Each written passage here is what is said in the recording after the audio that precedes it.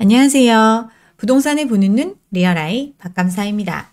거래가 잠깐 반짝하는 모습이 나타나다가 다시 소강 상태에 빠지게 됐습니다. 거래가 늘어나게 된 이유 어디에 있죠? 바로 대출을 해줬기 때문에 그런 거죠. 결국 돈이 없는 시장에서 거래가 있으려면 돈을 빌려줘야 가능한 시장이라는 걸 또다시 확인시켜주는 시장이었습니다.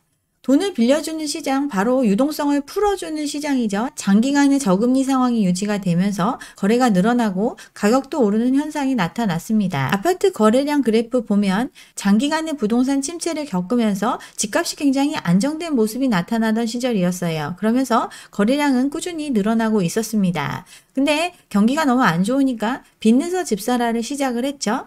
이러다 보니까 거래는 더 많이 늘어났고 이에 따라서 가격도 스물스물 오르는 모습이 나타났어요. 그러다 디레버리징을 살짝 하려고 했었죠. 금리를 0.25 올리고 나니까 거래가 줄어드는 모습이 나타났는데 부동산 시장이 꺼지는 걸 원하지 않았던 사람들이 너무 많았죠. 분상제 하면 공급이 부족해진다. 임대차 3법 하면 전셋값이 오르고 이렇게 사느니 집 사는 게 맞다. 각종 이슈를 끌어다 붙이면서 부동산 시장에 불지피기를 했고 정부 핀셋 규제로 이에 대응하면서 이미 과열된 시장을 더욱더 뜨겁게 달구는 그런 시기를 우리는 거쳤습니다.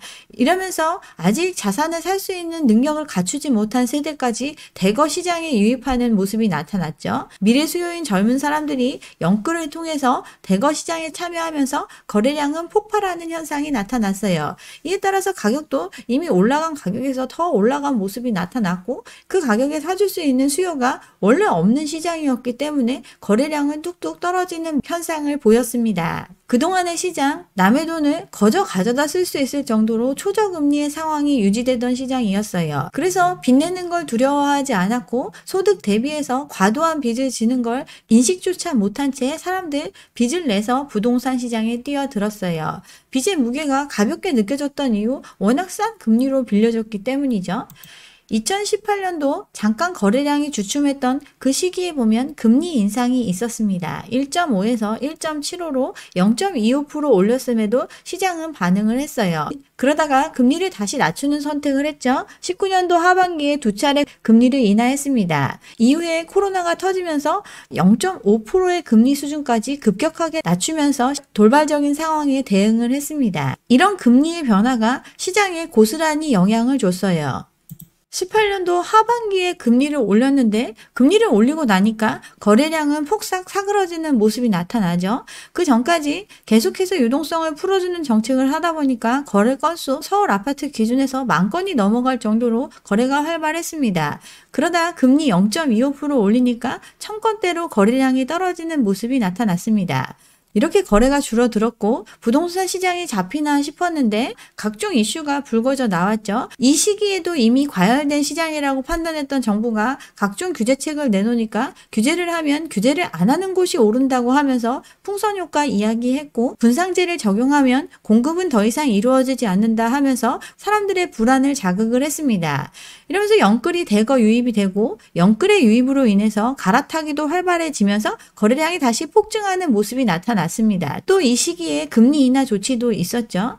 이러면서 빚내서 집 사라 이후에 이미 폭증했던 가계부채에 더 많은 빚을 지고 미래 수요까지 대거 합세하는 이런 과열된 시장이 나타났습니다.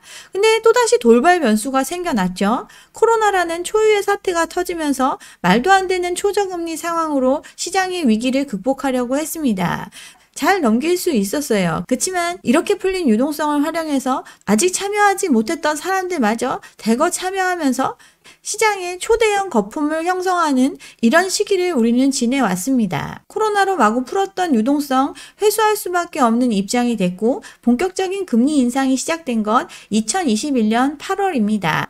그리고 작년 7차례의 금리 인상, 이 금리 인상의 결과 거래는 완전히 사라진 시장이 됐습니다. 코로나로 풀린 유동성, 인위적으로 풀었던 유동성이기 때문에 줄일 수밖에 없죠. 그러니 점차 거래량이 소강 상태로 갔는데 금리 인상이 본격화되는 시점 이전에 지금이라도 막차 타야 된다 하면서 잠깐 수요가 늘어났었죠. 그리고 금리가 올라가면서 9월, 10월 2,000건대의 거래량을 보였고 한 차례 더 금리를 올리니까 1,000건대의 거래량 거래량으로 거래가 쪼그라들었습니다. 작년 같은 경우 1000건 이하로 거래가 완전히 줄어드는 모습이 나타났죠.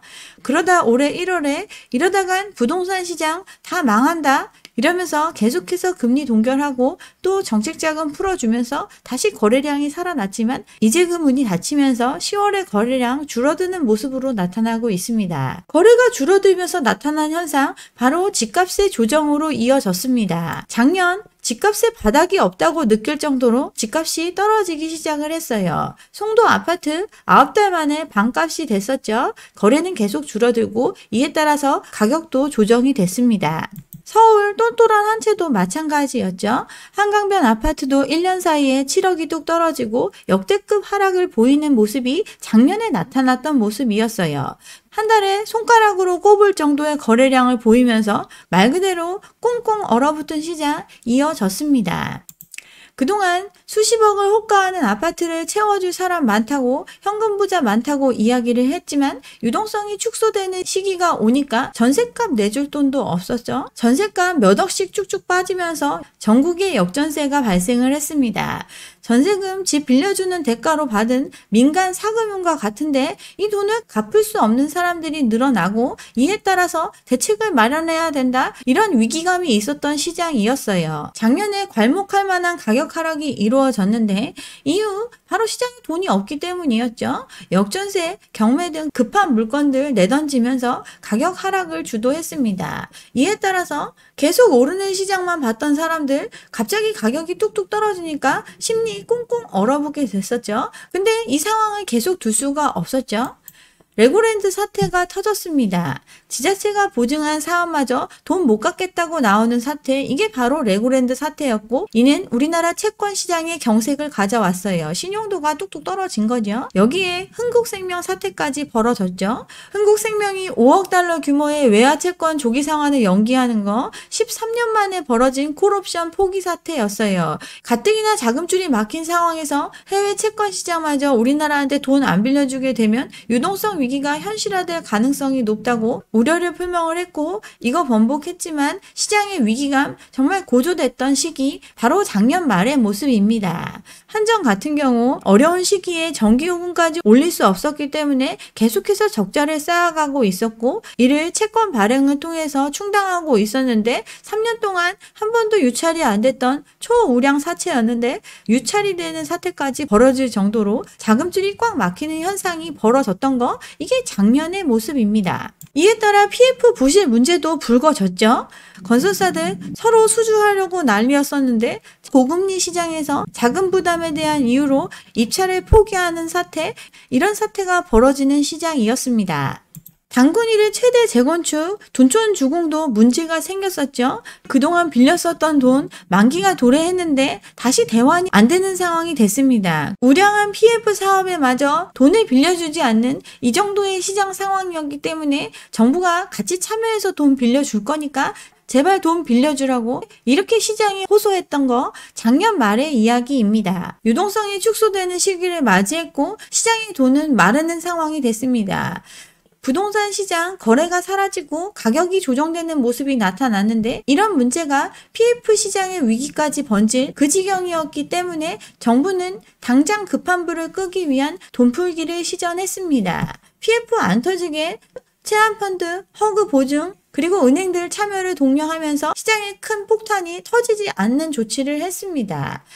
결국 PF 사업 누군가 분양받아서 그 부담을 해야 완결이 되는 거죠. 그래서 가게한테 특례 보금자리 50년 모기지 또 비싸게 분양하는 물건에 대해서 대출해 줄 수 있도록 고가주택에 대한 중도금 제한도 해제하고 투자 수요라도 들어오라고 전매 제한 폐지해주고 청약지역 제한 풀고 온갖 조치를 통해서 시장에 사람들을 끌어들였어요. 올해 들어서는 기준금리를 계속 동결하고 은행들 마진 줄이고 금리 내려주라고 이렇게 압박하면서 시장이 무너지는 걸 막는 조치 이걸 했습니다. 거래량 반짝 살아났지만 이제 부채는 감당 불가의 상황이 됐습니다. 이제 얘기하죠. 이제 여력이 없으니 더 이상 부채를 늘리지 않도록 그동안 해왔던 대출 완화적인 조치 마감하고 있습니다. 지금 조금 금리 올라간 것도 견디지 못하는 사람들이 많지만 이 긴축의 강도를 오히려 더 강화해야 된다고 금통위 위원들 생각하고 있습니다. 올해 초에 은행권 대출이자 조정하고 50년 만기 주담대 이런 거 내놓으면서 가계 대출이 크게 늘어났고 이는 정부의 규제 완화와 정책 자금의 영향이 컸던 거죠. 이런 정책을 주도했던 금융수장들 하는가 이견 없이 가계부채 성장률을 낮춰야 된다고 다시 스탠스를 바꾸고 있습니다. 기재부 장관도 얘기하죠. 가계부채에 대해서 상당한 경각심을 가지고 있다고 이야기를 하죠. 급한 불을 끄기 위해 돈풀기 정책을 했는데 이 정책을 위기의 상황에서도 실천할 수 있었던 이후 중국이 다시 리오프닝을 하고 상반기에는 안 좋지만 하반기에는 경기가 좋아질 거다라는 기대 때문에 그렇게 한 거죠. 그리고 지금 미국이 급격하게 금리를 올리는 것 미국한테도 부담이 되기 때문에 곧 금리를 내리는 조치를 할 거다. 피봇을 확신하면서 고금리의 상황 단기에 그칠 거다라는 기대감에 이런 위험한 정책을 실천할 수 있었어요. 그 결과 룸은 더 소진이 됐습니다. 가계부채 문제는 더욱더 악화가 됐고 내수는 부진하고 투자 심리는 위축되는 현상 더 심각해지고 있습니다. 상저하고를 기대했지만 상저하저가 예상되고 있죠. OECD에서 예측한 우리나라 경제 성장률 1.5%입니다. 세계 경제에 대해서는 전망치를 다 올렸는데 우리는 그대로 뒀기 때문에 이는 상대적으로 우리나라 더 둔화된다고 해석될 수 있습니다. 경기를 활성화하기 위해서 금리를 인하하는 정책을 쓰는 것 이게 보편적인 선택이었는데 지금 갖고 있는 가계부채 문제 때문에 재정카드 등 쓰지를 못합니다. 내년에도 1%대를 보일 거라는 우려가 나오고 있죠.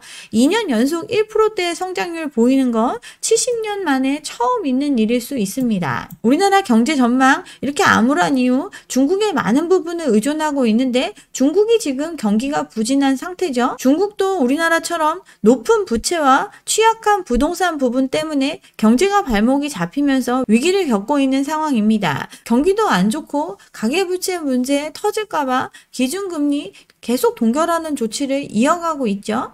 물가는 3%대를 보이고 있는데 여기에 주거비 같은 건 다 빠져있는 수치입니다. 3%대의 물가라지만 사람들이 체감하는 물가는 미국과 별반 다르지 않습니다.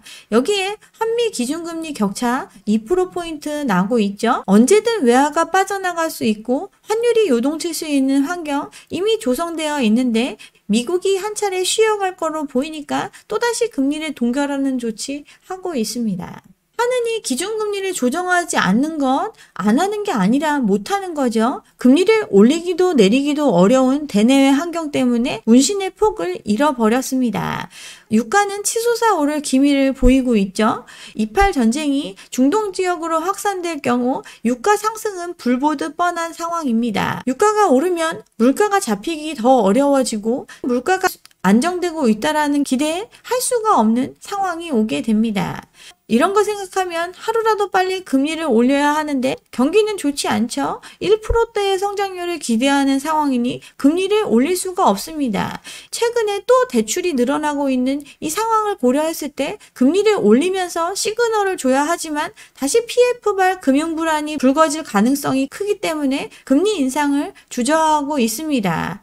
환율 꾸역꾸역 맞고 있으니까 당장 금리를 올리는 것보다 그냥 동결하는 조치 이런 선택을 했어요. 그렇지만 시장 금리는 치솟아 오르고 있죠. 미국의 10년물 채권 금리가 5%대를 돌파하는 상황이 됐습니다. 경기가 위축이 돼야지 피벗을 하는데 미국의 경기 생각보다 너무 괜찮죠. 근데 인플레는 잦아들지 않고 있습니다.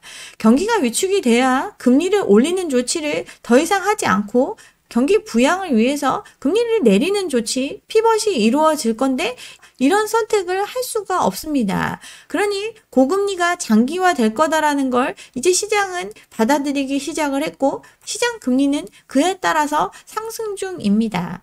미국 국채 10년물 5%, 모기지는 8%를 넘어서고 있죠. 고금리가 단기에 그칠 거다라는 기대, 이에 따라서 정책을 했는데 기대와 달리 고금리의 장기화가 예상되고 있습니다. 작년에 레고랜드 사태 이후에 기업들 서로 돈을 끌어모으기 위해서 고금리를 주고라도 돈을 빌려 썼죠. 이제 만기가 도래하고 있습니다. 다시 돈을 유치해야 되는데 기존처럼 고금리를 주지 않으면 이 돈이 다 빠져나가게 생겨서 금융권들 고금리 예금 쏟아내고 있습니다. 은행들 지금 연체율 계속 늘어나고 있고 이에 대한 대응 능력, 바로 자금을 확보해서 건전성을 유지해야 되는 거죠. 그러다 보니 높은 금리를 주고라도 고객들이 떠나가지 않도록 붙들어야 합니다. 작년 PF 시장의 위기 극단적으로 보여줬던 게 바로 둔촌주공인데, 둔촌주공 지금 뭐 피 붙었다 뭐 이런 얘기들 하고 있지만 시장의 상황 달라진 게 있을까요? 부동산 PF 대출 지금 다 이자로 연명하고 있습니다. PF 사업의 사업성, 금리는 올라가고 물가는 오르고 분양가는 높일 수 없는 상황이기 때문에 계속 악화되고 있는데, 이들에 대해서 자금 회수 조치 없이 그냥 만기만 연장하면서 유지하고 있습니다.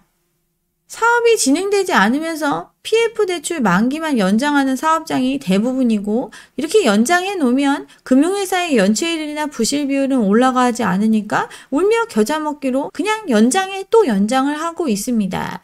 긴축의 시대, 우리나라뿐 아니라 해외의 자산시장도 마찬가지로 거품이 제거되고 있는데, 해외에 투자한 부동산들도 손실이 많죠. 만기 도래하는 해외 투자 물량의 90%가 손실을 눈 감은 채 만기를 연장하고 있습니다. 국내의 부동산 경기가 개선되지 않으면 이 부실은 계속해서 누적될 수밖에 없는데, 금리가 내려오고 예전처럼 자산시장의 버블을 유지시켜줄 수 있을 만큼 유동성이 풀리지 않는 한 이 부실은 확정입니다. 고금리의 상황이 장기화될 걸로 예상되는 상황, 이 문제 연장의 연장을 통해서 그냥 덮고 갈 수가 없습니다. PF 대출 133조, 여기에 돈 빌려준 증권사들 지금 연체율 17% 넘어가고 계속해서 쌓이고 있죠. 대부분이 정상 회수되지 않은 채 남아 있습니다. 그나마 PF에 성공한 사업장들 지금의 금리 두 자릿수로 빌려 쓰고 있습니다. 증권사 등 금융권들이 쉽게 돈을 빌려줄 수 있었던 이유, 대형 시공사가 책임 준공을 약속하고 있기 때문이죠. 이렇게 대기업들이 책임 준공하는 이런 PF 사업들 돈을 빌려서 진행할 수밖에 없는데, 선순위 대출 금리가 연간 10%를 넘어가고 있습니다. 대우건설 10.5%로 6천억 끌어다 쓰고 포스코 11%의 자금을 조달했습니다. 이렇게라도 빌린 사업자 그나마 한숨 돌리겠지만 연말로 가면 갈수록 자금 조달 더욱더 어려워질 상황입니다. PF 문제 해결된 게 하나도 없습니다. 고금리가 계속 유지될 상황이니까 부동산 PF에 문제 생길 가능성을 인지하고 있습니다. 지금 문제가 없는 게 아니고 이 문제가 시스템적 리스크로 이어지지 않도록 관리하고 있는 거죠. 올해 정부가 부동산 경착륙으로 인한 PF 시장의 문제가 터지지 않도록 연착륙을 유도한 부분이 있어서 20-30%씩 떨어지면 감당이 안 됐는데 한 15% 정도 떨어져서 이 문제를 피했다고, 앞으로도 정상화를 위한 조치를 추진해야 된다, 이번에 금리 동결하고 이야기한 내용이죠. 지금의 상황, 단기에 그칠 거라고 생각했던 고금리의 문제가 해결되지 않은 채 1년을 끌어왔습니다. 연준의 기조, higher for longer죠. 고금리의 상황을 오랫동안 유지할 걸로 이야기를 합니다. 이유는 인플레이션을 잡기 위함이죠. 수요와 공급 측면에 다 문제가 생겼기 때문에 지금 인플레가 발생을 했습니다. 유동성을 완화해줬고 이는 수요의 증가로 이어졌습니다. 인플레 문제 예전에 설명을 드렸죠. 코로나가 터지면서 모든 것을 멈춰야 하는 상황에서 수요가 급격히 감소하는 걸 막기 위해서 돈을 풀어주는 조치를 했습니다. 유동성을 많이 풀어 제꼈기 때문에 수요는 급증을 했고 공급은 코로나 이후로 원활하지 못하게 됐어요. 또 중국의 노동 인구는 줄어들고 탈탄소 투자가 요구되면서 에너지 가격이 높아지는 등 공급 측면의 가격 인상 요인이 발생을 했죠.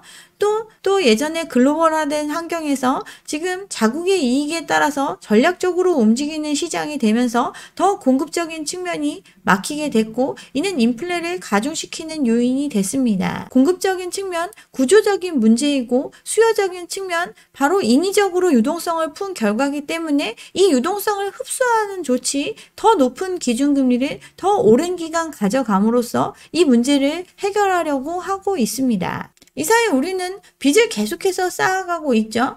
정부 부채 비율 코로나 위기 상황을 겪으면서 50%가 넘어섰습니다. 여기 공기업 부채, 국민연금 이런 거는 다 포함 안 된 건데 이만큼인 거죠. 1년이 지난 지금 더 그 부채는 늘어나고 있습니다. GDP 대비 부채 비율 54%가 넘었고, 이 빚의 증가 속도는 비기축통화국 중에 1위를 달리고 있습니다. 비기축통화국, 달러와 달러에 준하는 통화를 쓰는 나라, 그런 나라가 아닌 나라죠. 비기축통화국의 경우는 기축통화국에 비해서 채권 수요 등이 낮기 때문에 재정 건전성 관리가 더 필요한데, 즉 나라의 신용이 높아야 되는데 이 나라가 빚을 계속해서 쌓아가고 있습니다. 작년과 달라진 상황, 부동산발 경제 위기를 막기 위해서 각종 완화책을 통해서 디레버리징이 아니라 레버리징을 했고, 대출 완화로 급한 불은 껐지만 가계대출의 폭증의 결과를 가져왔어요. 지금 올해만 폭증한 게 아니라 이전부터 폭증한 가계빚입니다. 주택시장의 붐이 시작된 2015년에서 2021년 사이에 GDP 대비 가계부채 증가율 약 23%, 이건 미국의 금융위기 발발 직전의 가계부채 증가 속도와 유사한 수준으로 급격하게 늘어난 부채입니다. 가계부채가 늘면 소비지출 감소해서 결국 장기 불황으로 이어질 수밖에 없는 것 예상되는 결과죠. 근데 우리 또 여기에 가계부채를 더 폭증시키는 정책을 펼쳐온 겁니다. 가계부채 문제의 핵심, 부동산에 있다고 여러 번 지적을 했죠. 가계대출 중 시기는 부동산 가격의 상승 시기와 정확하게 일치하고 있습니다. 이 가계부채의 크기만큼 부동산의 거품이 생기게 됐습니다. 가계부채 감당할 수 없는 수준으로 끌어다 썼고, 그로 인해서 쌓인 부동산 거품이고 그 가격입니다. 이건 꺼질 수밖에 없는데 한꺼번에 꺼졌다간 큰 문제가 되니까 그 거품이 급속도로 빠지는 걸 막기 위해서 대출을 풀어주는 정책을 했던 게 올해의 모습입니다. 결국 갚을 수가 없는 규모를 더 늘린 형태입니다. 부작용에 대한 고려 없이 너무 빠르게 규제를 풀고 있는데, 금리가 예전과 같은 상황으로 갈 수 있는 개연성이 매우 낮은 상황에서 대출은 대출대로 심각해지고, 부동산 또한 그 거품 낀 가격을 유지해 줄 수 없다는 것, 큰 우려를 할 수밖에 없습니다. 핵심은 가계부채의 상태, 작년보다 더 나빠졌습니다. 부채 더 늘었죠. 금리와 유동성 규제는 작년 모든 거래가 사라졌던 그 시절로 복귀를 했습니다. 외부 환경은 더욱더 최악입니다. 국가의 체력은 그때보다 더 약해져 있고 금리는 더 높아질 상황입니다. 끈적끈적한 인플레이션을 보이고 있고 예상치 못했던 전쟁까지 또 벌어지고 있습니다. 여기에 중국이 다시 리오프닝 하면서 경기가 활성화돼서 우리가 이 파급 효과를 누릴 수 있을 거라고 생각했는데 중국 경제의 화랑 기대하기 어렵습니다.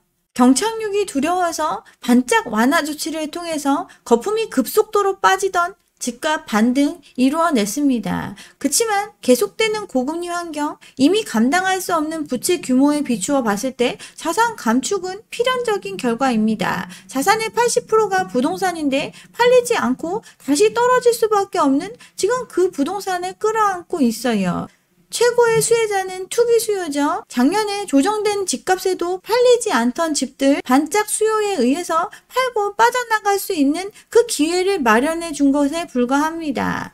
인위적인 정책을 통해서 잠깐의 반등을 맛봤고 다시 장밋빛 미래를 꿈꾸고 있는 사람들, 그 희망이 사라진 시장입니다. 이제 정부도 매수자도 또 금리 또한 전부 돌아선 상태입니다. 다시 거래 종말이라고 이야기했던 그 꽁꽁 얼어붙은 시기로 돌아갔고 환경은 더욱더 악화되고 있습니다. 네, 여기까지 오늘 준비한 내용이고요. 오늘 제 영상이 좋았다면 좋아요와 구독 잊지 마시고 다음 영상도 함께 해주시기 바랍니다. 감사합니다.